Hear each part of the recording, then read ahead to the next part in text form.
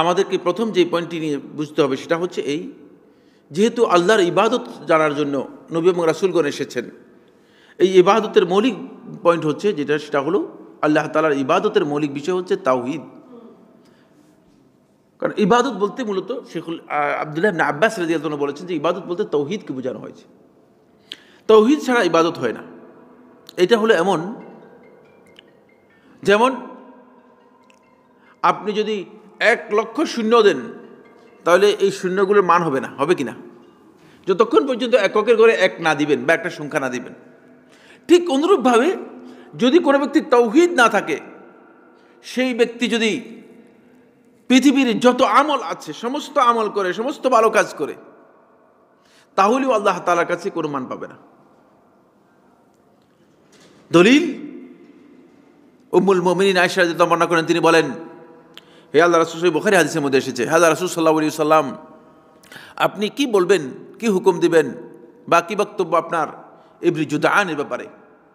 ইবনে জুদআন হচ্ছে তখনকার সময় জাহেলি যুগের সবচেয়ে বড় দানবীর ছিল, সবচেয়ে বড় উপকারী হিতাকাঙ্ক্ষী লোক ছিল, মানুষের কল্যাণের জন্য কাজ করতো অঢেল। আপনারা দেখেন না যে বিভিন্ন জনের নাম আসে যারা মানব কল্যাণের জন্য, জনকল্যাণের জন্য কাজ করেছে, যদিও বেশিরভাগ ফ্রড, বুঝলেন না? মাদার তেরেসার নাম উল্লেখ করা হয়, ফ্রড। সে অন্যের সম্পদ লুট করে তারপরে কি করেছে, এগুলো মানুষদেরকে দিয়ে দিছে, বিতরণ করে। ইতিহাস পড়লে পেয়ে যাবেন জ্ঞান। আমি ওই বিষয়ে, আমার আলোচ্য বিষয়ের ওই দিকে যাচ্ছি না। এরা অধিকাংশ হচ্ছে ফ্রড।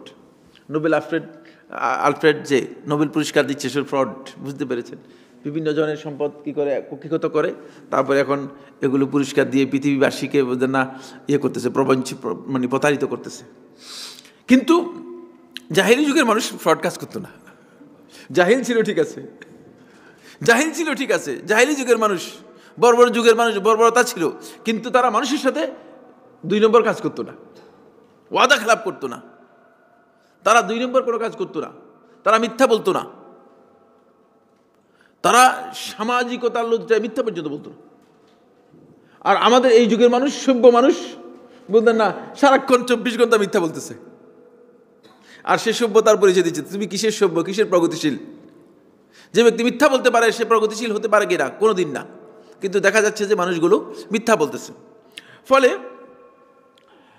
আল্লাহ রাসূল সাল্লাল্লাহু আলাইহি ওয়াসাল্লামের কাছে প্রশ্ন করলেন, হে আল্লাহ রাসূল সাল্লাল্লাহু আলাইহি ওয়াসাল্লাম, আপনি কি বলবেন ইবনে জুদআনের ব্যাপারে? যে ইবনে জুদআন মক্কার মুশরিক আর আশেপাশের আরবের মুশরিক যারা ছিল সবাই তার কাছ থেকে উপকৃত হয়েছে। কিয়ামতের দিন আল্লাহ রাব্বুল আলামিন তাকে কি প্রতিদান দেবে, সে কি পাবে? তখন রাসূলুল্লাহ সাল্লাল্লাহু আলাইহি ওয়াসাল্লাম তাকে বলেছেন যে ইবনে জুদআনকে আল্লাহ রাব্বুল আলামিন কিয়ামতের দিন কোনো প্রতিদান দেবেন না। কারণ সে তার গোটা জীবনের মধ্যে একদিনও এই কথা বলে না যে রাব্বিগফিরলি, হে আমার রব আপনি আমাকে ক্ষমা করে দেন।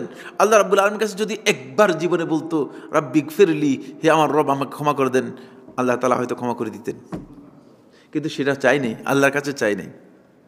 এই জন্য যতক্ষণ পর্যন্ত আপনি আল্লাহ রাব্বুল আলামিনের তাওহীদ ঠিক না করবেন, ততক্ষণ পর্যন্ত পৃথিবীর যত ভালো কাজ আছে, পৃথিবীর যত চ্যারিটি কাজ আছে, পৃথিবীর যত মানব সেবার কাজ আছে, সবটাই যদি আপনি করেন, সব কাজ যদি আপনি করেন, কিন্তু যদি আপনার তাওহীদ ঠিক না থাকে, তাহলে আপনি আল্লাহ তাআলার কাছে কিয়ামতের দিন কিছুই দাবি করার অধিকার রাখেন না, কিছু পাওয়ার অধিকার রাখেন না। আপনার হক সাব্যস্ত হয় নাই, আল্লাহ রাব্বুল আলামিনের কাছে আপনার হক সাব্যস্ত নেই।